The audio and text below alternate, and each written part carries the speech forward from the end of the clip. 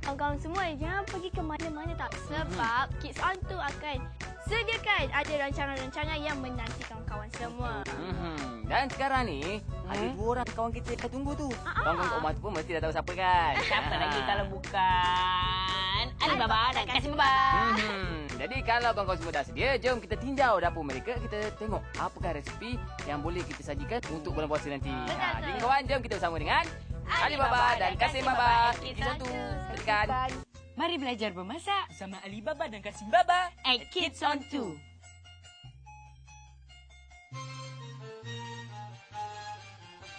Assalamualaikum kawan-kawan. Hari ini kawan-kawan bersama Ana Alibaba dan Ana Kasim Baba.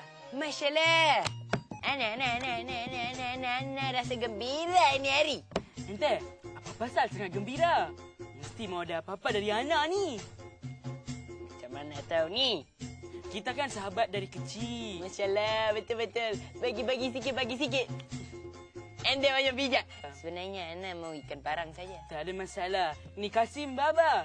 Semuanya boleh. Tapi kita tengah-tengah padang pasir. Mana mau cari ikan? Tak ada masalah.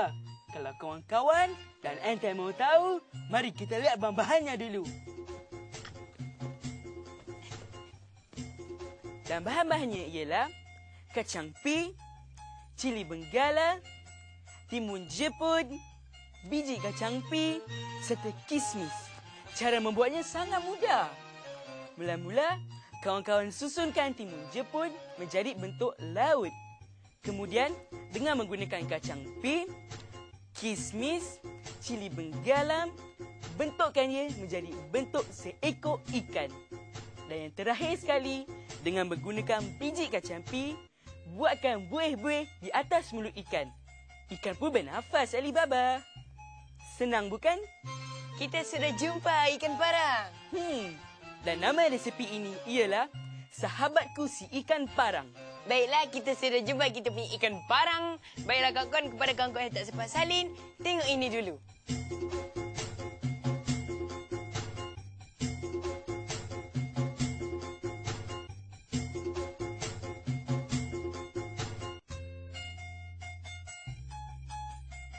Baiklah, mari kita masak ini ikan parang. Sebentar. Kenapa? Assalamualaikum. Sebentar ya. Alibaba, Siapa? saya tidak tahu. Masya Allah. Assalamualaikum. Ya. Ini Alibaba dan Kasim Baba. Apa dia? Masya Allah, penerbit kita mau potong kita punya gaji sebab kita tidak masak, kita hanya menghiaslah. Masya Allah, jangan potong kita punya gaji. Jangan. Masya Allah. Ala Kasim. Kepada kawan-kawan semua, jangan risau. Biar dia nikmati dia punya kesusahan hidup. Assalamualaikum, kami letak dulu.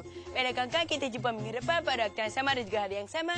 Masak semudah Wahid Isnain Selasa bersama saya Alibaba dan Kasim Baba.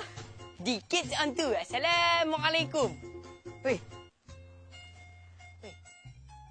Weh, bangun weh. Kenapa? Sekarang ni, jom kita teruskan berhibur dengan rancangan seterusnya di Kids On Tu. Kita jumpa lepas ni kawan-kawan. Sekejap guys.